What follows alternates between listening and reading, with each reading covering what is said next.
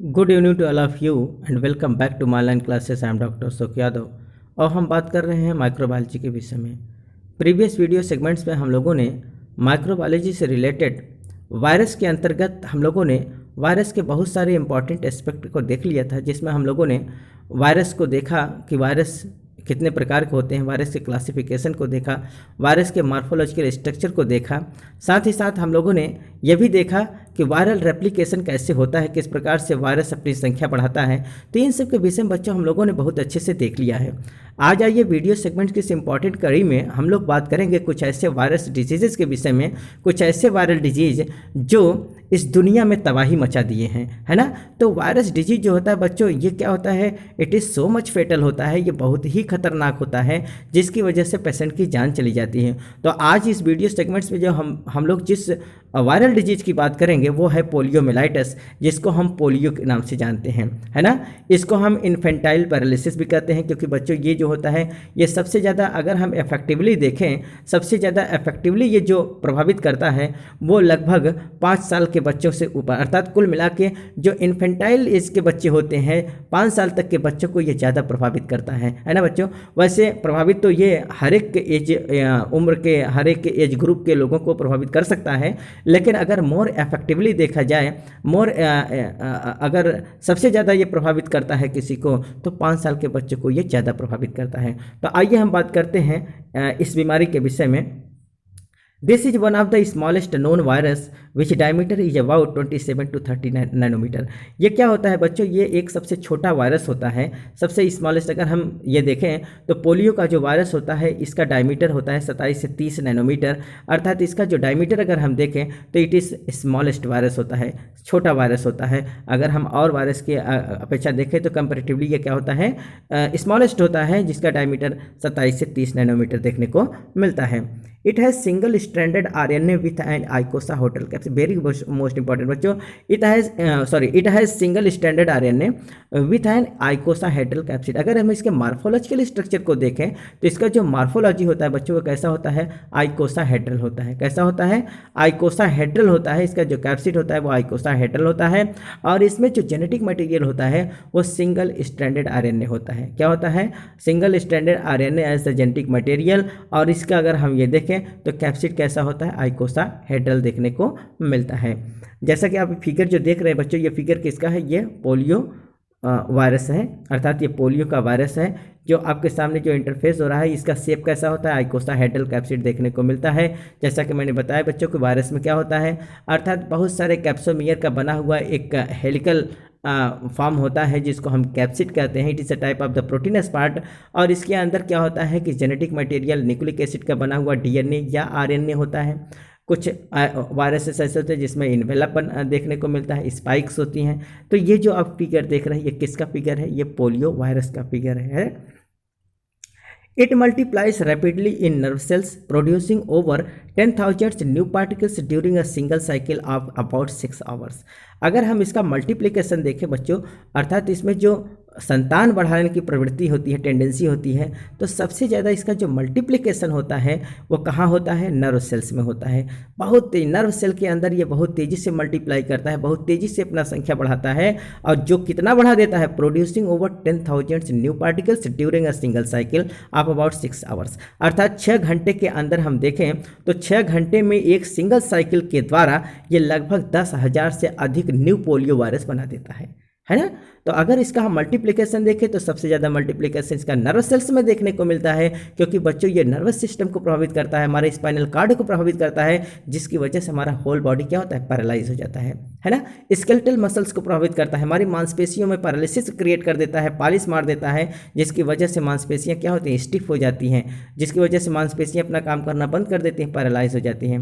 तो सबसे ज़्यादा अगर हम देखें तो it multiplies rapidly in the nerve cells. ये नर्व सेल्स में बहुत तेज़ी से मल्टीप्लिकेशन करता है, और कितना, लगभग 6 घंटे में एक सिंगल साइकिल के द्वारा 10,000 से नए न्यू पार्टिकल्स के रूप में एक न्यू वायरस अर्थात पोलियो वायरस को ये जन्म दे देता है। आइए बात करते हैं मोड ऑफ ट्रांसमिशन कि किस प्रकार से इसका संक्रमण होता है, कैसे ये पहुंचता है। Polio virus usually इंटर्स the body via alimentary canal, that is the faecal oral route. ये क्या होता है, पोलियो वायरस अगर हम देखें बच्चों तो सामान्यतः ये कहाँ से एंट्री करता है, हमारे बॉडी के अंदर एलिमेंट्री कैनाल के द्वारा एंट्री करता है, अर्थात कंटामिनेटेड फूड एंड वाटर के द्वारा, दूषित भोजन और पानी के द्वारा ये हमारे शरीर के अंदर एंट्री कर जाता है। लेकिन कैसे होता है, it spreads from person to person, ये पर्सन एक पर्सन से दूसरे पर्सन में ये पहुंच जाता है। क्योंकि ये क्या होता है, पोलियो वायरस, जितने भी वायरस होते हैं बच्चों, it is a type of the infectious disease, ये संक्रमण जनरेट करने वाला बीमारी होता है जो पर्सन टू पर्सन स्प्रेड होता है। और ये किसके द्वारा, किस माध्यम से पहुंचता है, ये कंटामिनेटेड फूड एंड वाटर के माध्यम से, अर्थात जो पोलियो से ग्रसित कोई बालक है, कोई बच्चा है बच्चों, तो उसके फीकल मटेरियल से, उसके यूरिन के माध्यम से किसी दूसरे के अंदर एंट्री कर जाता है। तो इसका जो एंट्री होता है कैसे होता है, एलिमेंट्री कैनाल के द्वारा, फीकल या ओरल रूट के द्वारा हमारे शरीर के अंदर जाता है। Where it first multiplies in the tonsil and the lymphoid tissue of the gastrointestinal tract and reaches the nervous system. जहाँ सबसे पहले इसका जो मल्टीप्लिकेशन देखने को मिलता है बच्चों, वो टॉन्सिल में और लिम्फॉइड टिश्यू, अर्थात जो हमारा जीआईटी होता है गैस्ट्रोइंटेस्टाइनल ट्रैक्ट के लिम्फॉइड टिश्यू में या टॉन्सिल में सबसे पहले ये मल्टीप्लाइज होता है और फिर ये कहाँ पहुँच जाता है, नर्वस सिस्टम। और नर्वस सिस्टम में किसके द्वारा जाता है, थ्रू द ब्लड स्ट्रीम, अर्थात हमारे ब्लड स्ट्रीम के द्वारा, हमारे ब्लड सर्कुलेशंस के द्वारा बच्चों, तो ब्लड के माध्यम से ये हमारे टॉन्सिल से और लिम्फॉइड टिश्यू से होकर ये हमारे नर्वस सिस्टम में चला जाता है। और किसके द्वारा, ब्लड सर्कुलेशन के द्वारा। तो वायरस हमारे होल बॉडी में किसके माध्यम से जाएगा, क्योंकि ब्लड क्या होता है बच्चों, एक ऐसा माध्यम है जिसकी वजह से वो हमारे पूरे बॉडी में सर्कुलेट कर दिया जाता है ना।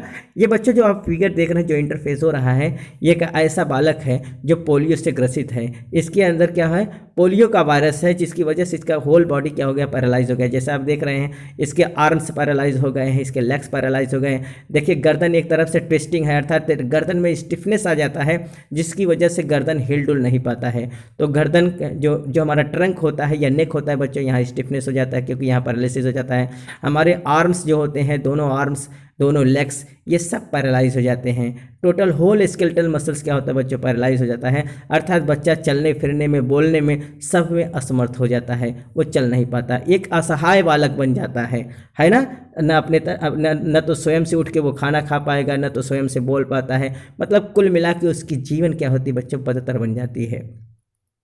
तो कैसे होता है कि इसका सबसे पहले जो संक्रमण होता है बच्चों, एलिमेंट्री कैनाल के द्वारा होता है, through the faecal oral material के द्वारा, कंटामिनेटेड फूड एंड वाटर के द्वारा।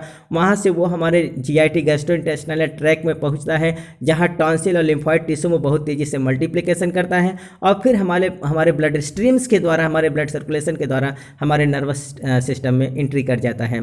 It then localised on the grey matter of the spinal cord, और फिर वहाँ से वो क्या करता है बच्चों, हमारे स्पाइनल कार्ड के ग्रे मैटर में जाकर वो लोकलाइज्ड हो जाता है ना, अर्थात वहाँ वो क्या होता है, लोकलाइज्ड हो जाता है। तो शुरुआत कहाँ से हुआ, हमारे माउथ से, अर्थात हमारे जीआईटी से शुरू होता है, हमारे एलिमेंट्री कैनाल से शुरू होता है कंटामिनेटेड फूड एंड वाटर के द्वारा, और वहाँ से वो हमारे टॉन्सिल में जाकर मल्टीप्लाई करता है, हमारे लिम्फॉइड टिश्यू में जाकर मल्टीप्लाई करता है, फिर वहाँ से हमारे ब्लड सर्कुलेशन के द्वारा नर्वस सिस्टम में चला जाता है, और अल्टीमेटली वो जाके स्पाइनल कार्ड के ग्रे मैटर में लोकलाइज्ड हो जाता है ना। The word polio is taken from the Greek word polio which means grey. जो पोलियो शब्द है बच्चों, वो ग्रीक भाषा के शब्द पोलियोस से लिया गया है, जिसका शाब्दिक अर्थ होता है ग्रे। क्या होता है, ग्रे। मेनिंजाइटिस में occurs and paralyse experienced the muscles of the arms, legs, Trunks and other areas controlled by the spinal card.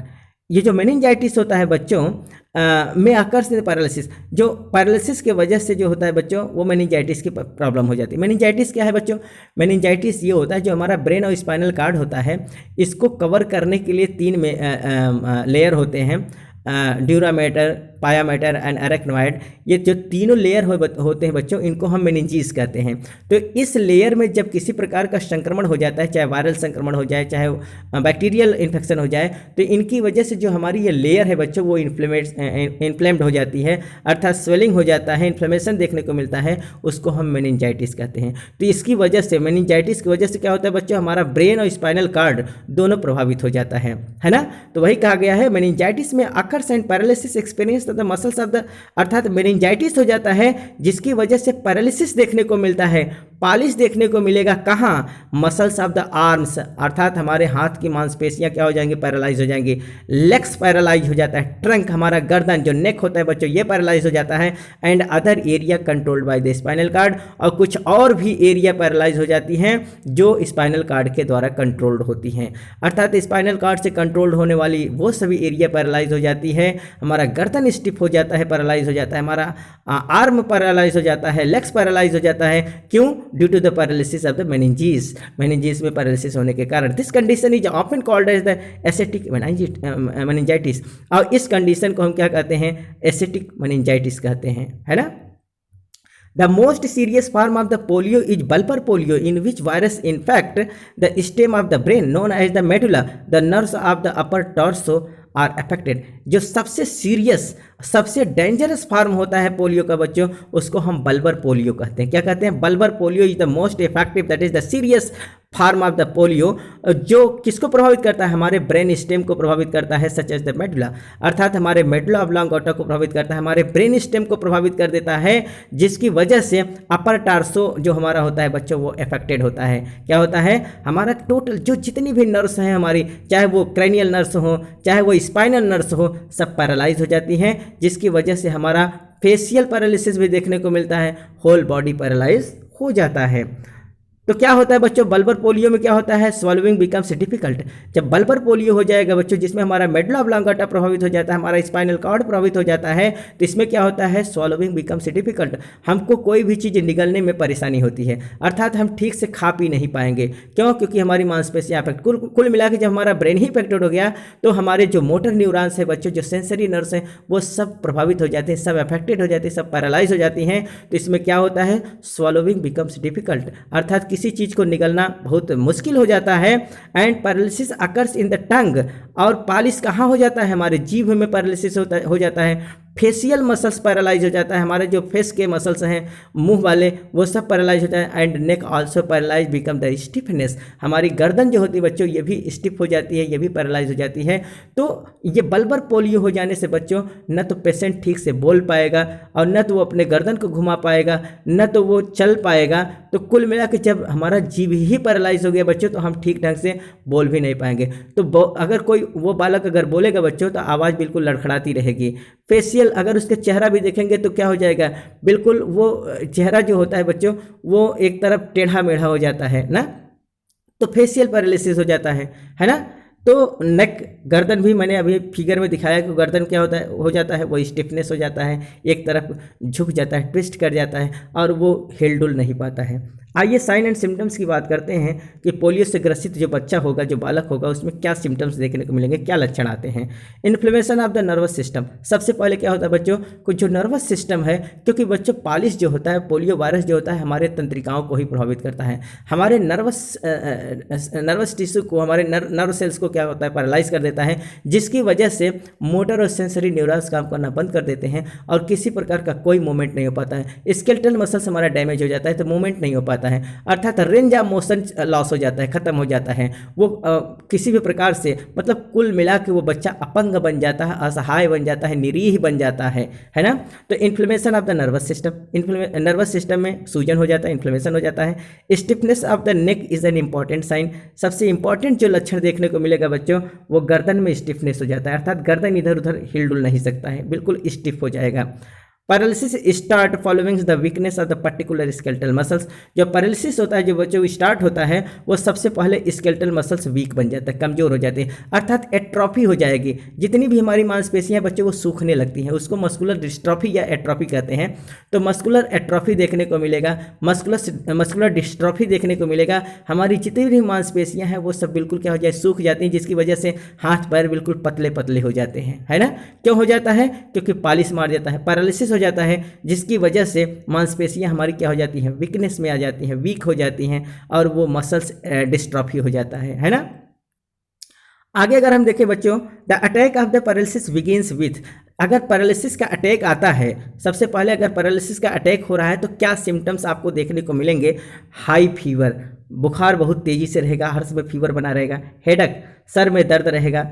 Chilliness, अर्थात बहुत तेजी से ठंडी महसूस होगी, है ना। इन्फ्लुएंजा, सर्दी जुकाम बना रहेगा।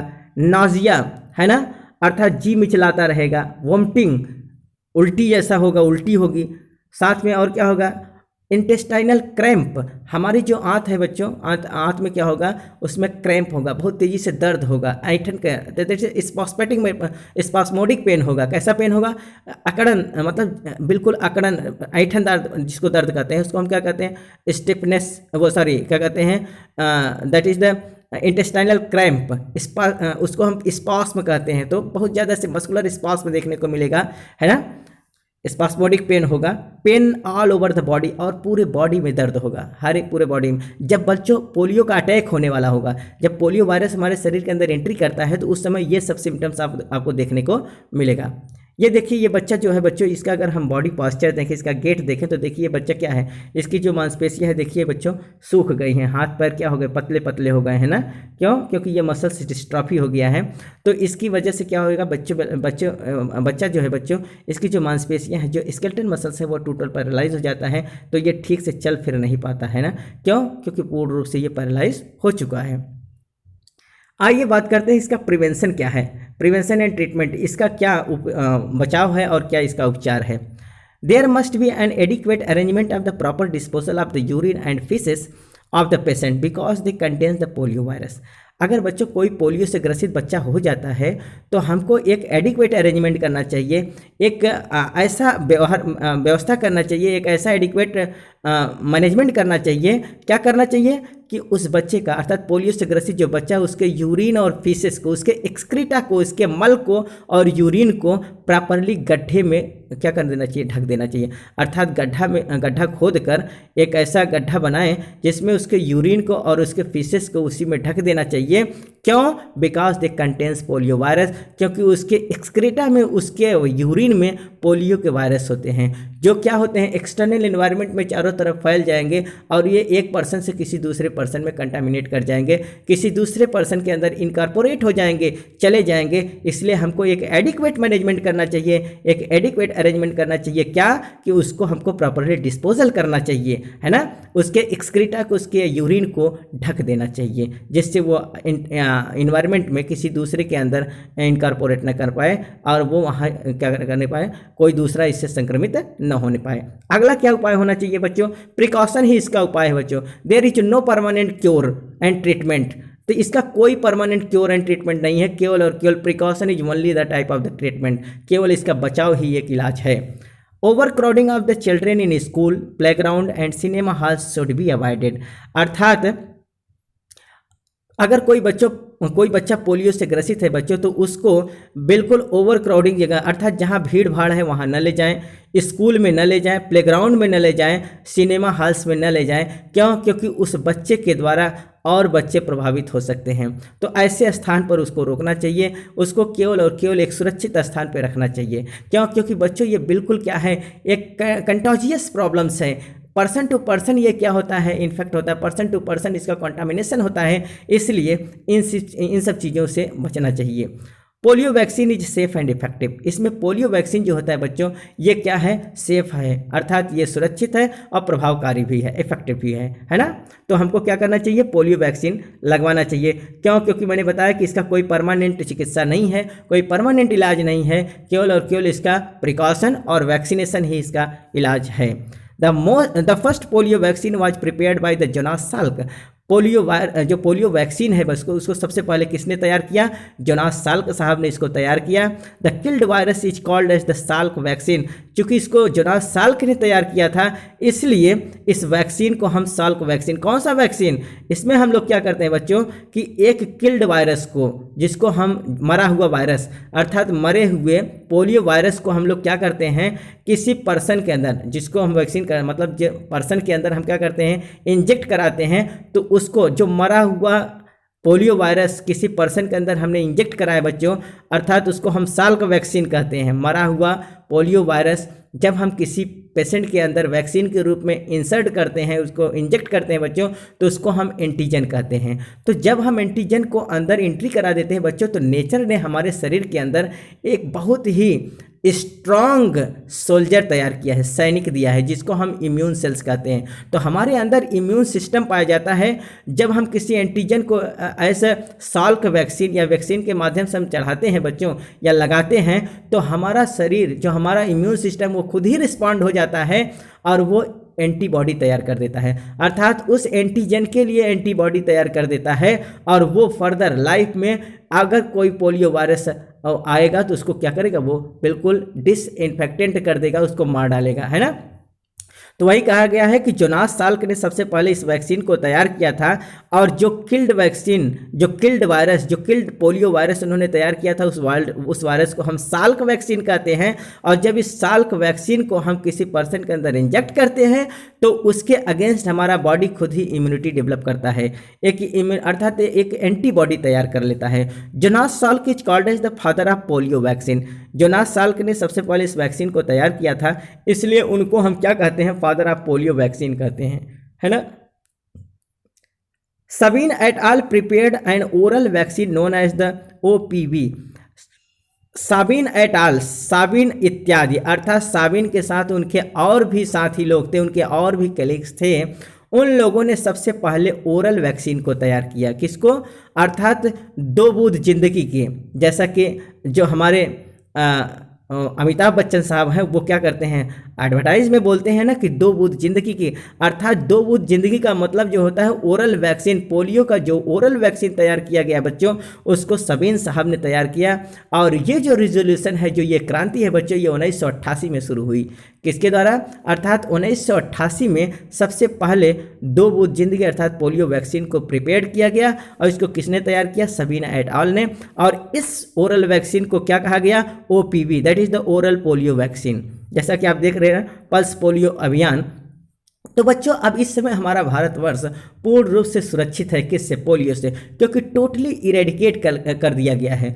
पल्स पोलियो इरेडिकेशन अभियान जो है बच्चों, ये 1988 से शुरू किया गया, और अब हमारा भारतवर्ष पूर्ण रूप से पोलियो से सुरक्षित है, टोटली इरेडिकेट हो गया है ना।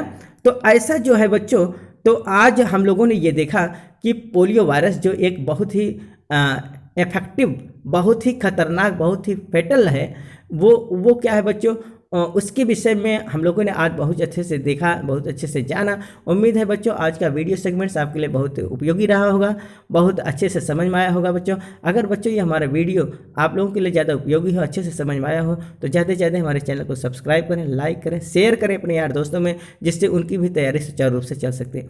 बच्चों अगर आप हमारे नए व्यूअर हैं तो सबसे पहले हमारे चैनल को सब्सक्राइब करें, बेल आइकन को प्रेस करें, जिससे हमारे जो नए नोटिफिकेशन है वो आपके पास तक पहुँचे। तो हम बच्चों मिलते हैं नेक्स्ट वीडियो में नेक्स्ट सेगमेंट के साथ, तब तक के लिए बच्चों धन्यवाद।